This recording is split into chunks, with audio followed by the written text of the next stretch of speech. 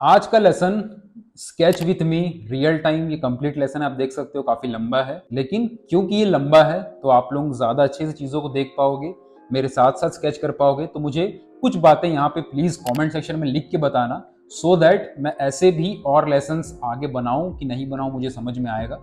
ऐसे एपिसोड्स जो real time sketching के ऊपर मैं बनाता हूँ, अगर आपको ऐसे एपिसोड्स पसंद आते हैं तो एक बार मुझे इस वीडियो को रोक के कमेंट करना कि यस आई वांट। ये लिखने से मुझे समझ में आता है कि आप वीडियो को सिर्फ देख नहीं रहे हो, टरका नहीं रहे हो, एक्चुअल में कर रहे हो। एक्चुअल में करोगे तभी कोई बेनिफिट है इस वीडियो का बनाने का और आपके इस वीडियो को देखने का। अदरवाइज दुनिया तो चल रही है, 100,000 वीडियोस आते रहेंगे जाते रहेंगे, टाइम पास होता रहेगा। टाइम पास नहीं करना है। सीरियस लर्नर्स के लिए, जितने भी एक्चुअल ग्रोथ चाहते हैं, ये स्केचिंग एपिसोड्स की इंपॉर्टेंस मैं समझाने के लिए बनाता हूं, ताकि स्केचिंग की इंपॉर्टेंस खासकर भारतीय आर्ट लवर्स को पता रहे। क्योंकि भारतीय आर्ट लवर्स बहुत सारे, खासकर जो बिगिनर आर्टिस्ट हैं, वो गुमराह हो रहे हैं चकाचौंध में, डिटेल्स की दुनिया में, हीरो हीरोइन को बनाने के चक्कर में। जो बेसिक प्रोसेस है, जो स्केचिंग है, जो बोलते हैं आर्टिस्टों का खाना जिसको बोलते हैं, कि इसके बिना आर्टिस्ट मर जाता है, उसकी इंपॉर्टेंस समझाने के लिए लेसन यहाँ पे मैं बना रहा हूँ। तो चाहते हो ऐसे एपिसोड्स तो please right in the comments yes I want. ये था आपका पहला वर्क, प्लीज डू इट। दूसरा चीज कि इस स्केचिंग लेसन में प्लीज देखना मत, साथ में करना। एक पेन उठा लो, एक पेंसिल उठा लो, जो भी आपको कंफर्टेबल फील हो। पेन कोई भी चलेगा, आप देख सकते हो ये 5 रुपए की पेन है, 3 रुपए, 5 रुपए, 10 रुपए, कोई भी पेन हो। कोई स्पेशल पेन नहीं ले रहा हूं मैं, ठीक है। कई सारे लोग आप में से पूछते हैं कि कौन सा पेन है सर। आपके घर में जो सामने आपके पड़ा हुआ है उस पेन को उठाओ। नाम पता नहीं पूछना उस पेन का, ठीक है। उस पेन को बुरा लग सकता है, उसकी जात पात पूछोगे तो। पेन पेन होता है, ओके। इंसान इंसान होता है, जात पात कुछ नहीं होता। तो हर इंसान से प्यार करो, हर आर्ट के टूल से प्यार करो।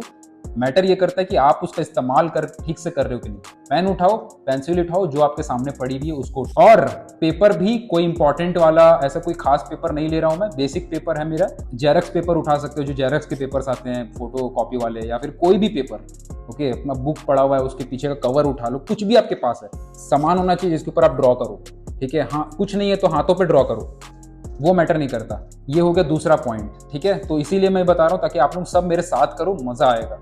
तीसरा पॉइंट, ध्यान से अभी सुन रहे हो तो please type A purple heart. आप जानते हो पर्पल हार्ट टाइप करते हो, अच्छा फील होता है, लगता है सुन रहे हो, सब कोई देख रहे हो लेसन को अच्छे से। तो ये 3 पॉइंट्स आपके लिए। एक और पॉइंट, इस लेसन को जब आप साथ में मेरे कर रहे हो तो हैशटैग इस्तेमाल करना। इसको अगर साथ में करोगे तो इंस्टाग्राम पे शेयर करके अपने स्टोरीज में टैग कर सकते हो। Hashtag sketching with Reyansh Rahul, spelling यहाँ पे देख सकते हो। इसको टैग करने से मैं क्या देख पाता हूँ कितने लोग कर रहे हैं, तो मुझे एक आइडिया मिलता है कि लोग कर भी रहे हैं कि नहीं कर रहे हैं, अच्छा फील होता है। तो ये कुछ पॉइंट्स हैं जो यहाँ पे आप कर लो। उसके बाद मैं लेसन अभी शुरू करता हूँ। एंड वीडियो को फुल स्क्रीन में देखना, ताकि रेफरेंस इमेज भी आप ध्यान से देख सको, और साथ साथ जो मैं बना रहा हूँ उसको भी ध्यान से देख सको। इससे पहले कि मैं, तो यहाँ पे मैंने पहली फोटो ली है, और आप देख सकते हो कि मैं बहुत ही हल्के हाथों से पेन को चला रहा हूँ। इस वीडियो को फुल स्क्रीन मोड में देखना, ताकि आप भी साथ साथ अच्छे से इमेज को देख के बना सको। एंड मेक श्योर कि बिल्कुल भी हड़बड़ाना नहीं है। एंड ये भी ध्यान देना है कि बहुत ज़्यादा डिटेल पे मैं नहीं जाऊँगा। मैं रफली यहाँ पे ओवरऑल स्केच करूँगा, प्लस हल्की फुल्की हैचिंग वगैरह ऐड करूँगा, सो दैट हम एक ओवरऑल फील दे सकें इस कबूतर का, इस पिजन का। तो यहाँ पे सिर्फ मैं चेहरे के ऊपर फोकस कर रहा हूँ। एंड शुरू में देखो, हमेशा ये ध्यान देना कि जब भी आप स्केच करते हो ना, तो शुरू का पहला जो 1-2 स्केच होता है वो वार्म अप जैसा होता है। तो उसमें कई बार गड़बड़ियाँ भी होती हैं, कई बार थोड़ा सा कंफर्टेबल फील नहीं हो रहा होता है। तो कभी भी इन सब चीज़ों की चिंता मत करना, ठीक है। क्योंकि थोड़ा सा वार्म अप होने में भी टाइम लगता है। कई बार हम कमीशन वर्क कर रहे होते हैं या बड़े प्रोजेक्ट्स कर रहे होते हैं, तो ऐसा भी होता है कि बहुत बहुत दिनों तक हम क्विक स्केचेस हमारे छूट जाते हैं। तो जब हम उसको स्टार्ट करते हैं तो हमारा थोड़ा वार्म अप ज़रूरी होता है। हालांकि स्केचिंग बहुत ज़्यादा इंपॉर्टेंट है, डेली करते रहने से वार्म अप होते रहता है माइंड का। तो यहाँ पे मैं वार्म अप की तरह इसको ले रहा हूँ, पहला स्केच को बहुत ही हल्के हाथों से। और देखो, 1-2 चीज़ मैं और यहाँ पे आपके साथ शेयर करता हूँ। मैंने एक पॉइंट शेयर किया है अपने पुराने किसी वीडियो में, कि हमेशा ट्राई करना कि लाइंस क्लीन रहे जब भी आप ड्राइंग करो। स्पेशली वो बात उस केस के लिए थी जब हम लॉन्ग आवर स्टडी करते हैं, जब हम क्लीन ड्राइंग करते हैं जब हमें बहुत टाइम देना होता है, कभी हम लंबी पेंटिंग्स फाइनल पेंटिंग बना रहे होते हैं या कोई डिटेल्ड आर्टवर्क बना रहे होते हैं, तो ड्राइंग बहुत क्लीन रखनी ज़रूरी है। लेकिन जब हम स्केच करते हैं तो ड्राइंग थोड़ी क्लीन कम रहती है, लाइंस थोड़े कम क्लीन रहते हैं, क्योंकि हम स्पीड अपने हाथों को मूव कर रहे होते हैं। लेकिन आपके हाथ मूव हो रहे हैं, जैसे मेरे आप हाथों को देख रहे हो कि मेरा हाथ फटाफट मूव हो रहा है। मैं थोड़ा सा स्केच को बार बार देख रहा हूँ, अपने रेफरेंस इमेज को बीच बीच में स्टडी करो। बीच बीच में आप चाहो तो रुक सकते हो, अगर आपको ऐसा फील हो रहा है कि मैं हड़बड़ी में गड़बड़ी कर रहा हूँ या हड़बड़ी में गड़बड़ी कर रही हूँ, तो थोड़ा सा रुक जाओ, अपने रेफरेंस इमेज को देखो, थोड़ा सा गहरी सांस लो और उसको वापस से शुरू करो। कई सारे लोग होते हैं जो सोचते हैं कि स्केचिंग करनी ज़रूरी है, ये तो पता है, तो बस कर ही देते हैं, करते चले जाते हैं, देखते भी नहीं है कि वो सही हो रहा है या फिर जो वो करना चाह रहे हैं, वो जैसा सोच रहे हैं वैसा एक्चुअल में पेपर पे आ रहा है कि नहीं आ रहा है, तो उसका भी कोई फ़ायदा नहीं है। तो हमेशा ध्यान रखो कि हाँ, स्केचिंग हमें फास्ट करनी है, लेकिन थोड़ा सा जब समझ में नहीं आया, थोड़ा सा रुक के आप चेक कर सकते हो, थोड़ा सा एनालाइज कर सकते हो कि आप जिस स्पीड से कर रहे हो वो चीज़ आपका रिजल्ट वैसा आ रहा है कि नहीं आ रहा है आपके पेपर पे। ओके, फिर धीरे धीरे स्पीड बढ़ते चले जाते हैं, धीरे धीरे जैसे हम स्केच करते रहते हैं, धीरे हमारी स्पीड बढ़ते चली जाती है। तो स्केचिंग करते वक्त लाइन थोड़ी सी क्लीन नहीं रहती है, लेकिन यहाँ पे एक चीज़ आप देख सकते हो कि मैं हाथों को मूव तो कर रहा हूँ, लेकिन हर बार हर लाइन को पेपर पे टच नहीं कर रहा हूँ, मैं हवा में भी हाथ कई बार घुमाता हूँ, ताकि एक बार आइडिया मिल सके कि कहाँ पे लाइन खींचनी है। उसके बाद पेन को या पेंसिल को जो भी आप इस्तेमाल कर रहे हो उसको पेपर पे टच करते हैं। तो ऐसा भी नहीं है कि आप पेन पेंसिल घुमाए जा रहे हो, आपके पेपर में लाइन खिंचाया जा रहा है, लेकिन बना क्या रहे हो वही समझ में नहीं आ रहा। बस पता चला बना रहे हो आप कबूतर हो, बन रहा है वो गिलहरी है। तो ऐसा मेरे साथ बहुत होता था। ओके, ये सबके साथ होता है, तो इसमें कोई टेंशन लेने वाली बात है ही नहीं। शुरू में जब मैंने स्केचिंग की इंपॉर्टेंस समझी थी, जब मैंने करना शुरू किया था, तो बहुत गड़बड़ी होती है, बहुत ज़्यादा। ओके, मैं तो अलग अलग सब्जेक्ट ट्राई करते रहता था, कभी लायन, कभी टाइगर, एनिमल्स से हटा तो बर्ड्स, फिर ह्यूमन फिगर्स, ऐसे अलग सब्जेक्ट मैटर्स ट्राई करते रहना पड़ता है, क्योंकि आपको स्केचिंग से प्यार करना है, शुरू में किसी सब्जेक्ट से प्यार नहीं करना है। कई लोग किसी एक सब्जेक्ट से प्यार करने लग जाते हैं, उसके बाद फिर वो नई चीज़ें ट्राई नहीं करते हैं, उसके बाद वो लॉक हो जाते हैं, उसके बाद फिर उनके पास ऑप्शंस ख़त्म हो जाते हैं कि अब हम क्या स्केच करें। तो इसलिए आज मैं यहाँ पे जो भी मैं स्केच कर रहा हूँ या जो भी चीज़ें यहाँ पे ये सब चीज़ें मैं कर रहा हूँ, ये चीज़ें सिर्फ इस पर्टिकुलर सब्जेक्ट के लिए नहीं है, बस ये इस पिजन के लिए नहीं आएगा, इस कबूतर को ड्रॉ करते वक्त आपके काम नहीं आएगा। ये स्केचिंग हम कर रहे हैं, हम कबूतर को स्केच कर रहे हैं, वो इम्पॉर्टेंट नहीं है। ये इम्पॉर्टेंट नहीं है कि हम कबूतर को स्केच कर रहे हैं, इम्पॉर्टेंट ये है कि हम स्केच कर रहे हैं। और जब आप स्केच कर रहे हो तो कुछ भी स्केच करो, उससे जो आपकी लर्निंग बढ़ती है, जो आपका प्रैक्टिस बढ़ता है। यहाँ पे मैं दूसरा फोटो ले रहा हूँ, इसको भी मैं क्विकली स्केच करूँगा। देखो यहाँ पे कुछ फोटोज़ जो मैं यहाँ पे ले रहा हूँ उसको मैं फटाफट बनाऊँगा, थोड़ा कम उसमें चीज़ें ऐड करूँगा, कुछ में थोड़ा ज़्यादा टाइम लूँगा, कुछ में थोड़ा कम टाइम लूँगा। आप चाहो तो इस वीडियो को रोक के जो रेफरेंस इमेज यहाँ पे मैं आपके सामने दिखा रहा हूँ, उस इमेज को थोड़ा देर तक बना सकते हो या फिर थोड़ा जल्दी बना सकते हो। ओके, तो यहाँ पे आप वीडियो को रोक के हो सके तो आप कोई सी इमेज अगर आपकी गड़बड़ बन रही है तो उसको दोबारा तिबारा भी बना सकते हो। एक बार मेरे साथ साथ बनाओ, वापस इस वीडियो को देखना एंड रोक के वापस से बनाना। ओके,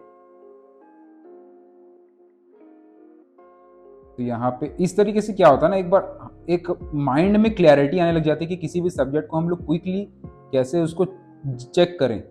जैसे यहाँ पे कबूतर का ये जो पोजीशन नीचे देखते हुए है, बॉडी का पार्ट, ऊपर का पार्ट ज़्यादा दिख रहा है, एक टॉप एंगल से ये फ़ोटो को ली गई है, तो ये सब चीज़ें इंपॉर्टेंट रखती है किसी भी चीज़ को बनाते वक्त, सिर्फ कबूतर पे नहीं, किसी भी चीज़ को बनाते वक्त। तो हम कल की डेट में अगर ह्यूमन फिगर भी बना रहे हो आप या कोई और चीज़ भी बना रहे हो, तो ये चीज़ें उस समय भी आप काम में ला पाओगे। तो इसलिए कभी भी सब्जेक्ट वाइज ये मत सोचना कि अरे यार मेरे को तो पोर्ट्रेट बनाना अच्छा लगता है, अरे यार मेरे को तो बस गाड़ियों को ड्रॉ करना अच्छा लगता है। नहीं, शुरू में सारी चीज़ें ट्राई करो, शुरू में सारी चीज़ों को स्केच करो, क्योंकि उससे आपका ब्रॉडनेस बढ़ेगा, आपका माइंड खुलेगा। अभी जैसे मेरे को भी बहुत सारे सब्जेक्ट मैटर ऐसे होते हैं जो मुझे पसंद नहीं है बनाना, या कुछ सब्जेक्ट मैटर को ज़्यादा मैं अच्छा लगता है मुझे ड्रॉ करना। जैसे ह्यूमन फिगर मुझे सबसे ज़्यादा अट्रैक्टिव लगता है ड्रॉ करने में, लेकिन स्केचिंग करने में अगर मज़ा आता है तो अभी मैं इसको स्केच कर रहा हूँ तो इसमें भी मेरे को मज़ा आ रहा है।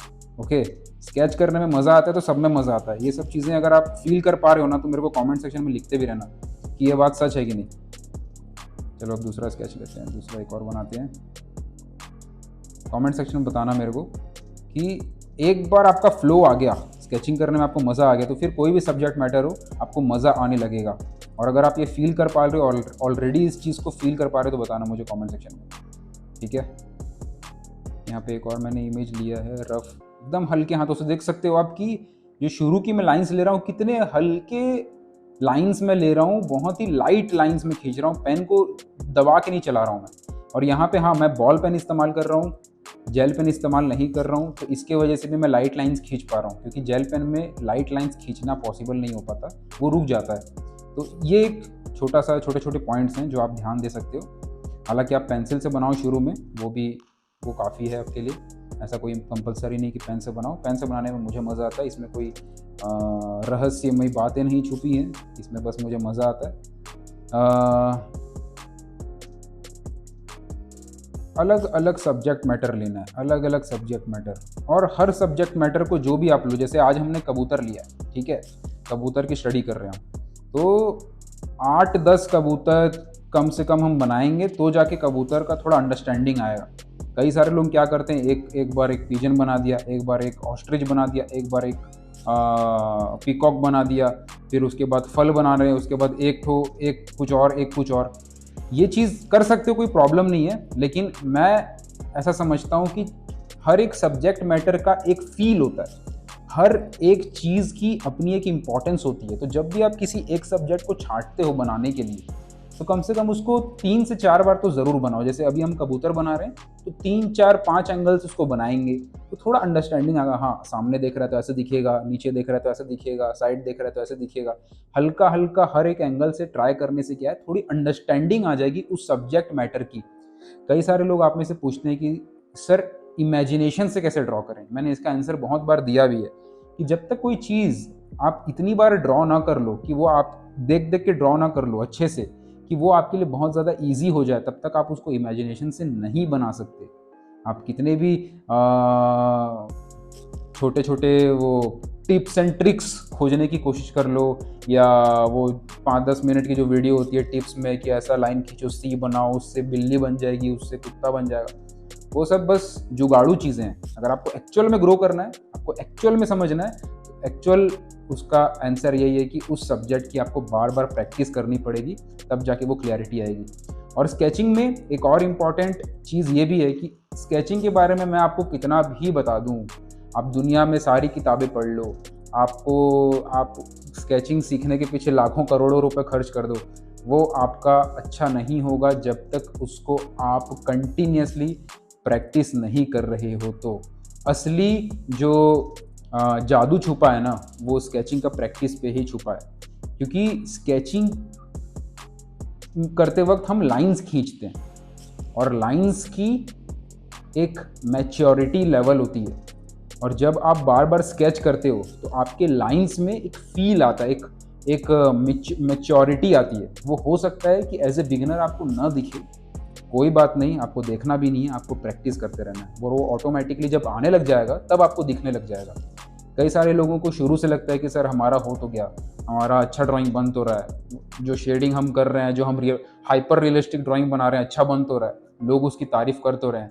मेरे चाचा जी के बेटे ने बहुत तारीफ़ की, मेरे अंकल के दादा के चाचा के पापा ने बहुत तारीफ़ की। परिवार वालों की तारीफ़ से कभी भी अपने आप को सेटिस्फाइड मत करना। उनका काम है अपने बच्चों को तारीफ़ करना, और उनका काम है अपने बच्चों की बुराई भी करना। तो उनकी तारीफ़ या उनकी बुराई मैटर नहीं करती है, अनलेस एंड अनटिल आपको आपकी फील्ड का कोई पर्सन जेन्युइन फीडबैक ना मिल जाए कहीं से। और जेन्युइन फीडबैक इस तरीके से यूट्यूब पे या हर जगह पे आपको नहीं मिलेगा। आपको खुद अपने आर्टवर्क का क्रिटिक बनना पड़ेगा, आपको खुद अपने आर्टवर्क में गलती खोजना पड़ेगा, आपको खुद ये बोलना पड़ेगा कि इस आर्टवर्क में मैं और कितना अच्छा कर सकता हूँ या कर सकती हूँ। क्योंकि जिस दिन आपने ये बोल दिया कि मेरा तो अच्छा बन रहा है, हो गया, और क्या सीखना है, तो मतलब समझ जाना कि आपका ग्रोथ तो रुक गया, बल्कि आपका डाउनवर्ड उल्टी गिनती शुरू हो गई। तो इसीलिए ये जो भी चीज़ें यहाँ पे मैं बना रहा हूँ, इससे मेरी खुद की भी प्रैक्टिस हो रही है। आप देख सकते हो कि मैं अपने पेन को चलाए जा रहा हूँ। ये मैं आज से नहीं कर रहा हूँ, जब मैं स्कूल में था तब से कर रहा हूँ कि मैं अपने पेन को पेपर पे रगड़ता रहता था, कुछ ना कुछ बना रहा होता था। इससे क्या होता है, आपका प्रेशर कंट्रोल आपका बहुत तगड़ा हो जाता है। ओके, प्रेशर कंट्रोल एक बहुत ही इंपॉर्टेंट टर्म है, कमेंट में लिखना भी ज़रूर। प्रेशर कंट्रोल का मतलब क्या होता है, जब हम पेंसिल और पेन को पकड़ते हैं ना, तो वो पेन और पेंसिल में कितना प्रेशर देना है पेपर पे चलाते वक्त, वो कंट्रोल तभी आता है जब हम उसको बार बार चलाते हैं। ओके, और ये बहुत ही इम्पॉर्टेंट एक टॉपिक है, प्रेशर कंट्रोल सीखना। प्रेशर हैंडलिंग बोलो या प्रेशर कंट्रोल बोलो, एक ही बात है, लेकिन इससे लाइन की क्वालिटी पे बहुत फ़र्क पड़ता है। आप में से बहुत सारे लोगों का एक कमेंट आता है, इस पर मैंने ऑब्वियसली बहुत सारे वीडियो में बात भी की है। अब बहुत सारे लोग बोलते हैं कि सर हमें तो ये एग्ज़ाम देना है, आर्ट का एग्ज़ाम देना है, आर्ट का ये एंट्रांस है, वो एंट्रांस है, हम ये वाला आर्ट वर्क बनाएं क्या, हम इस कंपटीशन में जा रहे हैं, ये करें वो करें। कुछ भी करो, एक चीज़ मैं आपको बताता हूँ, ये चीज़ मैंने एक दो बार बताई भी है कि आपका स्केच को देख के ये बताया जा सकता है कि आप की प्रैक्टिस कितनी अच्छी हो रही है, या फिर आप कितना अपने सब्जेक्ट मैटर को समझते हो, या अपने फील्ड के बारे में आपकी नॉलेज कितनी है। आपके कुछ स्केचेस को देख के ये अनुमान इजीली लगाया जा सकता है। बहुत सारे लोग इस पॉइंट को नहीं समझते, उनको ऐसा लगता है कि हम एक हाइपर रियलिस्टिक पेंटिंग बनाएंगे या बहुत सारे कलर का इस्तेमाल करेंगे, नए नए डिटेल्स टेक्सचर देंगे, तब जाके कोई इम्प्रेस हो जाएगा, या तब जाके लोगों को हमारी इम्पोर्टेंस समझ में आएगी। इस फील्ड में, आर्ट की फील्ड में, आपके कुछ स्केचेस काफ़ी हो सकते हैं आपके बारे में बताने के लिए।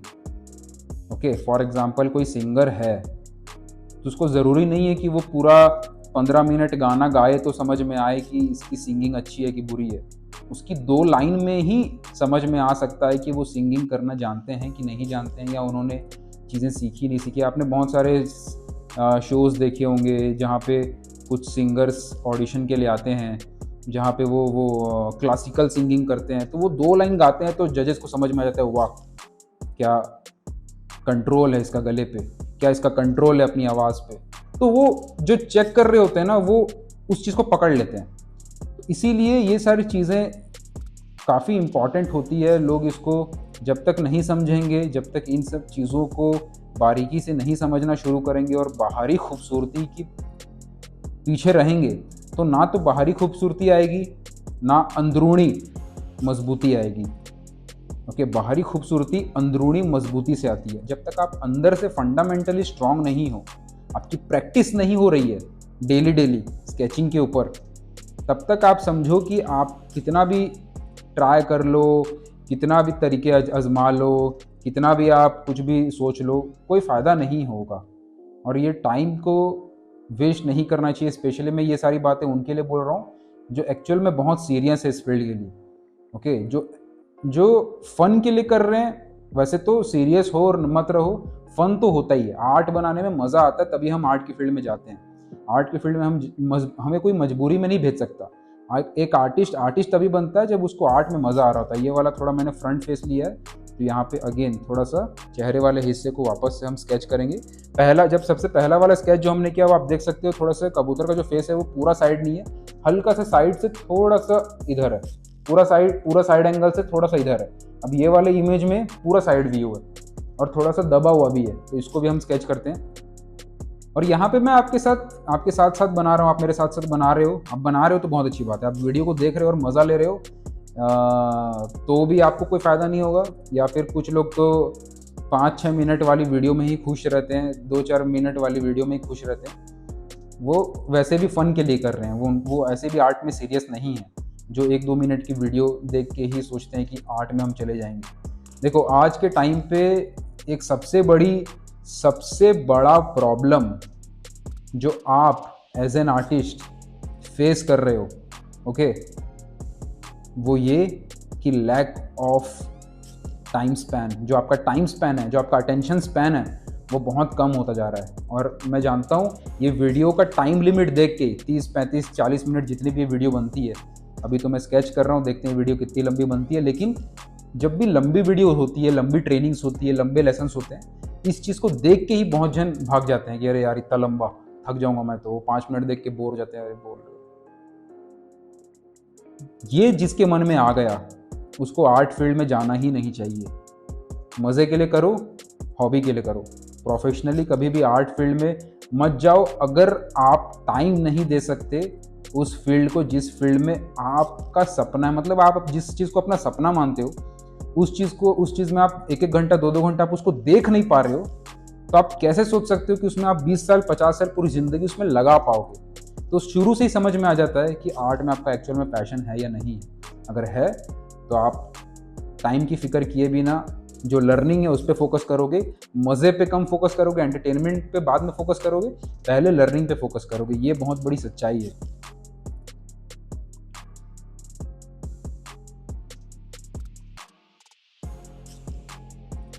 क्योंकि वही डिसाइड करता है कि आप आगे चल के कितने लंबे रेस के घोड़े बन पाओगे। क्योंकि शॉर्ट टर्म के लिए तो हम सब कोई कुछ ना कुछ कर रहे होते हैं। फ़न के लिए तो मैं भी बहुत चीज़ें करता हूँ, मुझे स्पोर्ट्स पसंद है, मुझे ट्रैवलिंग पसंद है, बहुत चीज़ें हैं, लेकिन वो फ़न के लिए करता हूँ। वो कब मन किया तो किया, नहीं किया तो नहीं किया। लेकिन जब बारी आती है उस चीज़ के लिए जिसका मेरा प्रोफेशन, अभी तो आर्ट मेरा प्रोफेशन फुल टाइम बना हुआ है, लेकिन जब मैंने आर्ट को फुल टाइम प्रोफेशन बनाने के बारे में सोचना शुरू किया था, उस समय से ये बात दिमाग में आ गई थी कि बहुत ज़्यादा सीरियसली हर एक चीज़ की प्रैक्टिस करनी पड़ेगी। और एक बहुत ही बड़ा फैक्टर यहाँ पे रोल प्ले करता है, वो है कंसिस्टेंसी के ऊपर तो मैं कितनी भी बार बोल दूँ, इसकी इम्पोर्टेंस जितनी है उतनी रहेगी। कंसिस्टेंसी की इम्पोर्टेंस को कोई पीछे नहीं कर सकता। हो सकता है कि आप प्रैक्टिस करते समय ठीक से प्रैक्टिस ना करो, ठीक है, तो आपका प्रैक्टिस गड़बड़ हो जाएगा।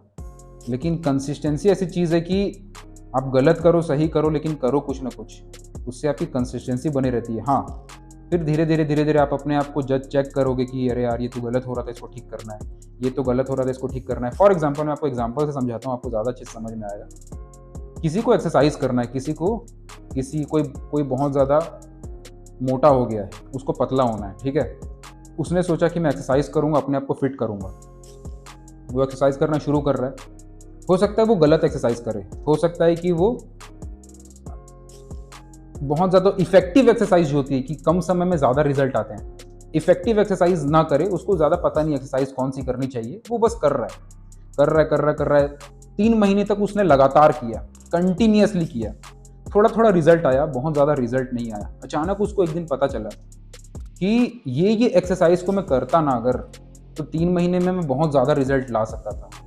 अब उसको पता चल गया, अब उसको समझ में आ गया, उसने सीखना नहीं छोड़ा, वो सीखते रहता था, नई एक्सरसाइज के बारे में समझते रहता था। उसको समझ में आया कि अगर मैं ये करूँगा तो जल्दी मेरे को रिजल्ट देखने को मिलेंगे। अब ऐसा नहीं हुआ कि वो जो 3 महीने उसने पहले एक्सरसाइज किया वो बर्बाद गए। हाँ, उसने एक्सरसाइज गलत छांटी तो रिजल्ट कम आए, लेकिन वो 3 महीना जो उसने कंटिन्यूअस काम किया, उसके वजह से उसके अंदर एक रूटीन सेट हो गया, उसके अंदर एक कंसिस्टेंसी आ गई, लगातार काम करने की क्षमता आ गई, ठीक है, हैबिट बन गया, हैबिट डेवलपमेंट हो गया। अब जो नई एक्सरसाइज उसने सीखी उसको भी वो ईमानदारी के साथ कई दिनों तक लगातार कर सकता है, तो उसको रिजल्ट मिलना तय है। वो पर्सन जो कंसिस्टेंटली काम कर रहा था, जिसने कंसिस्टेंसी को जान लिया, वो नई नई चीज़ें सीख के, सही चीज़ों को सीख के उसमें भी काम कर पाएगा। ये हो गया पहला स्टोरी का पार्ट। दूसरा स्टोरी का पार्ट, अगर वही बंदा, सेम लड़का बोलता यार एक्सरसाइज पता नहीं काम करेगी नहीं करेगी, जो भी ये करते हैं, 1 दिन किया 4 दिन नहीं किया, 4 दिन किया फिर 3 दिन नहीं किया, कंसिस्टेंसी नहीं है, लगातार काम नहीं कर पा रहा, तो किसी दिन उसको ना कोई जादुई एक्सरसाइज भी मिल जाए ना, जिससे लगातार अगर वो 3 महीने काम करे तो बहुत ही कमाल के रिजल्ट मिल जाएंगे, तो भी कोई फ़ायदा नहीं। क्योंकि उसको दुनिया की हर चीज़ भी मिल जाए, उसको दुनिया का सारा ज्ञान भी मिल जाए, अगर वो कंसिस्टेंटली उसके ऊपर काम नहीं कर पा रहा है तो वो कोई फ़ायदा नहीं है। डार्क और लाइट देख रहा हूँ मैं, देख सकते हो आप कि अभी मैं हल्के हाथों से शेडिंग, जो आप शेडिंग बोलते हो, वैल्यूज़ जिसको बोला जाता है, वैल्यूज़ डार्क लाइट जो ऐड करते हैं, उसको जो मैं ऐड कर रहा हूँ हल्के हाथों से, बस मैं कहाँ पे डार्क है कहाँ लाइट है वो मैं देख रहा हूँ। आँखों के ऊपर वाला हिस्सा थोड़ा डार्क है, तो उसको मैंने हल्के हाथों से लेयर वाइज थोड़ा डार्कनेस ऐड की, और पीछे जहाँ पे ज़रूरी नहीं है उसको मैं छोड़ दे रहा हूँ। यहाँ मेरा फोकस था चेहरे का मेन पार्ट, आँखें, आँखों का ऊपर मुंह वाला पार्ट, तो वहाँ मैंने थोड़ा इन्फॉर्मेशन ऐड किया, बाकी फेस को मैं छोड़ दूंगा। तो स्केचिंग में हम डिसाइड करते हैं कि हमारा मेन गोल क्या है। एक और यहाँ पे मैं ड्रॉ करता हूँ, चलो ये वाले को मैं रफली बस क्विकली बना के दिखाता हूँ। ये वाला एक बोनस है, यहाँ पे आप देख सकते हो कि मैंने कोई फोटो नहीं लिया है।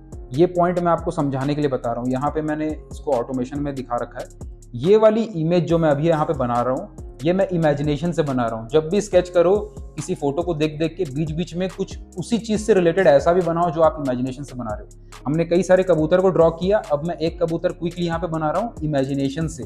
तो इस तरीके से आप भी अपने पेपर पे इमेजिनेशन से एक बनाओ। हो सकता है गड़बड़ बनेगा, कोई बात नहीं, लेकिन बनाओ। लेकिन आप अभी देखोगे कि क्योंकि आपने देख देख के बनाया। अब यहाँ पे मैं एक और फोटो यहाँ पे मैंने लिया, इसको स्केच करते हैं। आप देखोगे कि जब आप फोटो देख देख के बना रहे हो, एक सब्जेक्ट को स्टडी कर रहे हो, तो बीच बीच में एक आध इमेजिनेशन से ऐड कर सकते हो। वहाँ पे आपका इमेजिनेशन पावर थोड़ा ज़्यादा स्ट्रांगली काम करेगा। हम क्या ट्राई करते हैं कि डायरेक्टली इमेजिन करें। सो के उठे हैं सुबह सुबह, बोले दुनिया जाए भाड़ में, मैंने इतना इमेजिनेशन किया, रात को सपना देखा है, एक बहुत अच्छा सीनरी देखा है, जा रहा हूँ उसको पेंट करके दिखाऊंगा मैं। जब पेंट करने बैठे पता चला सब उल्टा पुल्टा बना, पेड़ कुछ और दिख रहा है, पहाड़ पता नहीं कुछ और ही दिख रहा है, कुछ समझ में नहीं आ रहा है। ऐसे नहीं होता है। आप किसी सब्जेक्ट मैटर के ऊपर काम करते रहते हो, फिर जाके आपके दिमाग के अंदर उस सब्जेक्ट मैटर की अंडरस्टैंडिंग क्लियर होती है।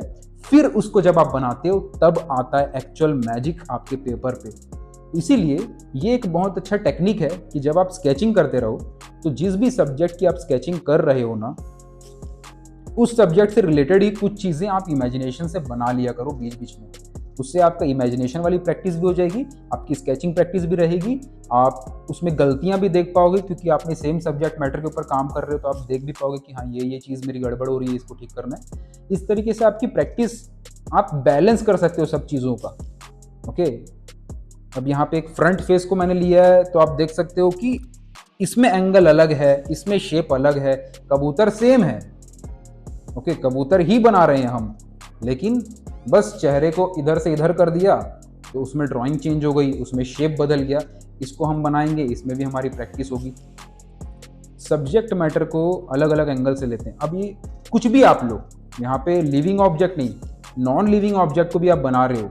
फॉर एग्जाम्पल, अगर आपके घर में कोई स्टील लाइफ पड़ा हुआ है, कोई सामान, सामने कुर्सी पड़ी हुई है, कुछ भी सामान रखा हुआ है, उसको भी एंगल बदल बदल के बनाओगे ना, तो उसमें आप देखोगे कि एंगल बदल लेने से पूरा ही ड्राइंग का जो कॉन्सेप्ट है वो चेंज हो जा रहा है, शेप बदल जा रही है, सोच जो आपके दिमाग में सोच चल रही है, वो सोच में थोड़ा ज़्यादा प्रेशर पड़ रहा है, थोड़ा ज़्यादा ध्यान देना पड़ रहा है। सिंपल कुर्सी रखी हुई है, उसमें आप इजीली बना ले रहे हो, थोड़ा सा टेढ़ा कर दोगे, थोड़ा हार्ड हो जाएगा वो।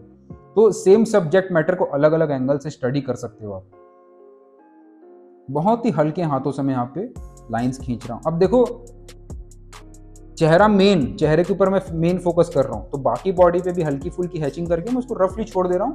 थोड़ा ज़्यादा इन्फॉर्मेशन चेहरे की तरफ ऐड कर रहा हूँ, क्योंकि वो ज़्यादा यहाँ पे हमारा फोकस में, प्रैक्टिस में। हालांकि हर बार आप अलग अलग, आपका कोई गोल हो सकता है। फॉर एग्जाम्पल, अगर आप कबूतर को साथ में मेरे ड्रॉ कर रहे हो, तो आपका गोल ये हो सकता है कि मैं सिर्फ आउटलाइन लेवल पे स्केच करूँ, जो बाहरी स्केचिंग है बस वो करूँ, अंदर में कोई हैचिंग ऐड ना करूँ, बस इतना काफ़ी है। तो वो भी हो सकता है।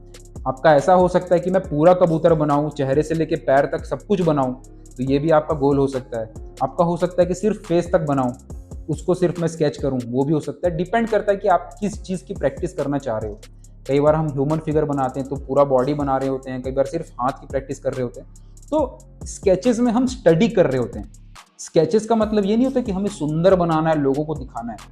ओके, सारे जितने भी आप प्रोफेशनल आर्टिस्ट को देखते हो, हर कोई स्केच करता है, हर कोई शेयर नहीं करता अपने स्केचेस को, क्योंकि स्केचेस एक पर्सनल होता है। स्केचेस हम क्यों करते हैं? स्केचेस हमारे पर्सनल ग्रोथ के लिए। तो हम घर पे स्केच करते हैं, अपने स्केचबुक में स्केच करते हैं, प्रैक्टिस करते हैं, वापस उसको बंद करते हैं, रख देते हैं, और जब हम फाइनल पेंटिंग बनाते हैं तो वो स्केच में जो हमने सीखा वो पेंटिंग में काम आता है। फिर उस पेंटिंग को हम दुनिया को दिखाते हैं, है कि नहीं? तो स्केचेस हर कोई शेयर नहीं करता है, तो इससे कई बार जो बिगिनर आर्टिस्ट हैं वो गलत समझने लग जाते हैं। खासकर यूट्यूब पे जितने भी खासकर जो बच्चे आ रहे हैं 15 साल 16 साल 18 साल, 18 साल का तो इंसान हो गया वो, मतलब बड़ा हो गया, बच्चे नहीं रहे, लेकिन फिर भी जो और छोटे बच्चे होते हैं जो 14 साल 13 साल और भी जो छोटे, वो उनके दिमाग में वो चीज़ें नहीं आ पाती, वो अभी मैच्योरिटी के साथ सोच नहीं पाते। उनको ऐसा लगता है कि शेडिंग करना ही सब कुछ है, ब्लेंडिंग करना ही सब कुछ है, ये हीरो हीरोइन की फ़ोटो बना के उसमें स्मूथनेस लाना ही आर्ट होता है। उनके दिमाग में वही आ रहा था। क्यों? क्योंकि वही वो आसपास देख रहे होते हैं, उनको कोई बताने वाला नहीं है, उनको कोई सिखाने वाला नहीं है, वो कहीं पे सीख रहे हैं। अगर उन्होंने उनको सही गाइडेंस नहीं दी तो वो गलत गाइडेंस में फिर वही गलती को ज़िंदगी भर करते रहेंगे जब तक उनको कोई नई चीज़, सही चीज़ समझ में ना आए। तो इसलिए ये स्केचेस को जब तक नहीं समझोगे तब तक जो भी चीज़ को आप कर रहे हो उसकी कंप्लीट अंडरस्टैंडिंग अंदर नहीं आएगी। और जो मैंने एक पॉइंट बोली, एक वर्ड बोला, pressure control, pressure handling, pressure control एक ही बात है, कमेंट में लिखना, याद रहेगा आपको। प्रेशर कंट्रोल वाली चीज़ छूट जाएगी अगर आप स्केच नहीं कर रहे हो ना। तो प्रेशर कंट्रोल वाली चीज़ तो कोई बच्चा अगर सीख रहा है, आर्ट में जाना चाहता है, तो प्रेशर कंट्रोल वाली चीज़ तो उसके दिमाग में आएगी ही नहीं कभी। और वो बड़ा होने के बाद वो प्रेशर कंट्रोल सीखना बहुत ही मुश्किल है। ठीक है, मैं बचपन से स्कूल के दिनों से कुछ ना कुछ बनाते रहता हूँ बोल के मैं थोड़ा सा, अभी आप देख सकते हो कि उतना ज़्यादा मेरे को मुश्किल नहीं आती स्केचेस करने में, बहुत ही हंसते खेलते स्केचेस करते रहता हूँ। अभी मेरे को उतना हार्ड नहीं लगता स्केच करना। ठीक है, क्योंकि मैं कर रहा हूँ, स्कूल से कर रहा हूँ। स्कूल के टाइम मेरे को, मैं यूट्यूब नहीं देखता था। स्कूल के टाइम मैं हीरो हीरोइन को ड्रॉ करते हुए यूट्यूबर्स को नहीं देखता था। अगर मैं देख रहा होता तो मेरा भी दिमाग भ्रष्ट हो जाता।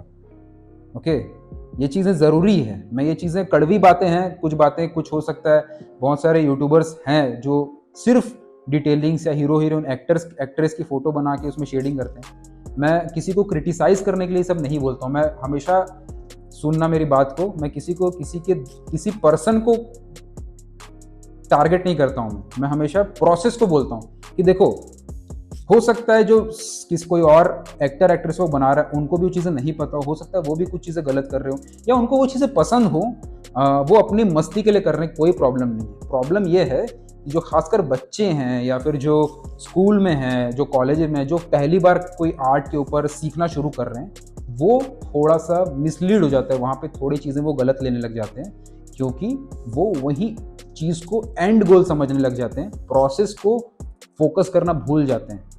आप खुद सोचो कि कोई चीज़ का प्रोसेस अगर आपको नहीं पता है और आप फाइनल गोल के पीछे डायरेक्ट भाग रहे हो, तो आपकी जर्नी कितनी ज़्यादा खोखली रह जाएगी, कितनी ज़्यादा खाली रह जाएगी।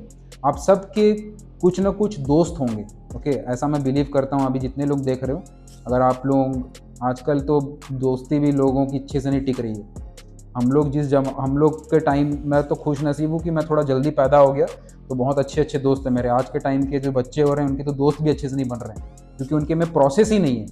दोस्ती होती है, समय बीतता है साथ में, स्कूल में लड़ाइयाँ झगड़े होते हैं, साथ में मस्ती करते हैं, साथ में बड़े होते हैं, दोस्ती बनती है, मजबूत दोस्ती, बहुत ही गहरी दोस्ती। तो उसका एक्सपीरियंस वो आदमी नहीं ले सकता जो ऊपर ऊपर से दोस्त बना रहा है, यार चल दोस्ती कर रहे हैं हम लोग, घूमने जाएंगे, पार्टी करेंगे, उससे दोस्ती नहीं होती है। ठीक है, तो आर्ट भी प्रोसेस है। आर्ट से आप तब कनेक्ट होते हो जब आप डेली बेसिस में प्रैक्टिस कर रहे हो, डेली आप उस आर्ट के बारे में सीख रहे हो, उसको टाइम दे रहे हो, उसके साथ एक रिश्ता कायम कर रहे हो, आप उसको कर रहे हो प्रैक्टिकली पेपर पे। ठीक है, हर बार सिर्फ मैं एक तो सुंदर आर्टवर्क बना के सोशल मीडिया में पोस्ट कर दूंगी, वो नहीं होगा आपका प्रोसेस, वो आपका एंड गोल हो गया। प्रोसेस के ऊपर फोकस करो। आप सोशल मीडिया पे आपको पोस्ट करना है तो आप अपने स्केचेस भी पोस्ट करो, फाइनल आर्टवर्क के साथ अपने स्केचेस भी पोस्ट करो, आपका लर्निंग भी पोस्ट करो, आप अपनी जर्नी भी पोस्ट करो। फाइनल डेस्टिनेशन को ही पोस्ट करना जरूरी नहीं है। इसीलिए ये सब चीज़ें समझनी ज़रूरी है। आई थिंक यहाँ तक के लिए लेसन काफ़ी है अभी के लिए, ये स्केचेस काफ़ी हैं। ये थोड़ा सा मोटा कबूतर है, तो आप देख सकते हो कि इसका भी एक अलग शेप बन रहा है बॉडी का।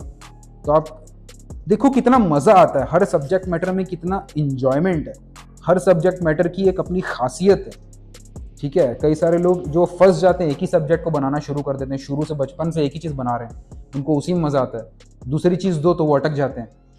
ऐसे करने से एक और प्रॉब्लम अभी नहीं आ रही है, बाद में आएगी, कि आपको सब्जेक्ट मैटर्स मिलने बंद हो जाएंगे, फिर आपको बोर लगने लग जाएगा, फिर आपको इस आर्ट में मज़ा आना बंद हो जाएगा, फिर आप आर्ट में प्रोफेशनल लेवल पे जाना तो क्या आप दूर दूर तक हॉबी के तौर पे भी उसको करना छोड़ दोगे। ये छोटी छोटी बातें हैं, बहुत मैटर करती है। एक और कबूतर लेते हैं, चलो थोड़ा सा मोटा कबूतर है ये भी। शेप देखो, चेहरा है, चेहरे के पीछे पेट है, ठीक है, सामने चेहरा है पीछे पेट है, तो हल्के से पहले शेप बना रहे हैं, रफली रफ हाथों से शेप बना रहे हैं। एग्जैक्ट सेम कबूतर बने वो इंपॉर्टेंट नहीं है, उस कबूतर की फील आ जाए वो इंपॉर्टेंट है। स्केच का मतलब ही यही है कि सब्जेक्ट का एसेंस आना चाहिए, वो सब्जेक्ट एग्जैक्ट कॉपी नहीं कर रहे हैं, उसकी फील आनी चाहिए। फाइनल पेंटिंग बना रहे हो, मास्टर कॉपीज कर रहे हो, मास्टर कॉपी में पूरी कॉपी करनी है, वो इंपॉर्टेंट होता है। फाइनल पेंटिंग्स बना रहे हो, कमीशन वर्क कर रहे हो, पूरा कॉपी करना पड़ता है, वो चीज़ें भी इंपॉर्टेंट है। अब कई सारे लोग यस और नो में कंफ्यूज रहते हैं, हाँ या ना में। हर चीज़ हाँ या ना में नहीं होती है, ये भी हाँ हो सकता है, ये भी हाँ हो सकता है, ये भी ना हो सकता है, ये भी ना हो सकता है। ज़रूरी नहीं कि ये हाँ है तो ये ना ही होगा, तो ये भी ज़रूरी है, कॉपी वर्क भी ज़रूरी है। कॉपी वर्क की अलग इंपॉर्टेंस है, इस चीज़ की अलग इंपॉर्टेंस है, दोनों इंपॉर्टेंट है। दोनों में से एक कर रहे हो तो भी फंसोगे, ओके। लेकिन आज प्रॉब्लम यह है कि लोग ज़्यादातर वो कर रहे हैं, commission work, final work, detailed work, ज़्यादातर लोग उसकी तरफ ज़्यादा जा रहे हैं प्रोसेस पे काम किए बिना।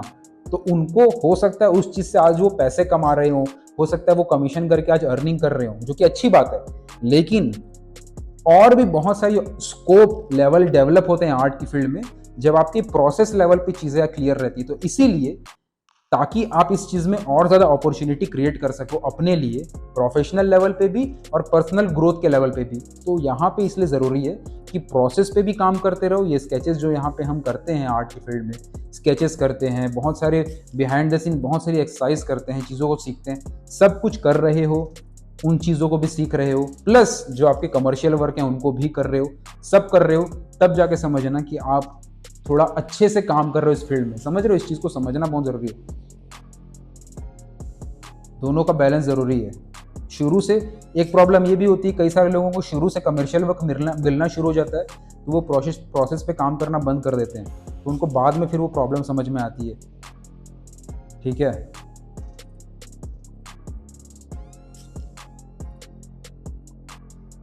बहुत ही हल्के हाथों से रफली ये कबूतर को बनाया, इसको रफली किया, 2-4-5 मिनट इस कबूतर में भी ड्रॉ किए, ख़त्म किए। कितना कम समय लगता है एक स्केच को बनाने में, ज़्यादा से ज़्यादा। ये वीडियो अभी कितने मिनट की हो गई होगी, मैं तो अभी इसमें फोकस आधा घंटा 1 घंटा, जो भी दिन में आधा घंटा 1 घंटा स्केच करोगे। और ये भी नहीं है कि मैंने बोला आधा घंटा करो तो आधा घंटा कर रहे हो। स्केच करते समय टाइम देख के कोई स्केच नहीं करता है, अरे सर ने बोला था आधा घंटा करेंगे, टाइम लगा दिया, 12 बजा, 12:30 तक करेंगे, 12:30 बजते ही अरे हो गया मेरा हाथ ऊपर कर लिया। ये नहीं होता है आर्ट, ओके। प्यार ऐसे नहीं होता है, करते करते टाइम भूल गए, वो समझना कि आप उसमें इन्वॉल्व हुए हो। पिक्चर देखने बैठते हैं, वेब सीरीज देखने बैठते हैं, अरे कब समय निकल गया, रात गुजर गई, पता नहीं चल रहा। स्केच करते समय वो फील आना चाहिए, सेम फीलिंग स्केच में आनी चाहिए।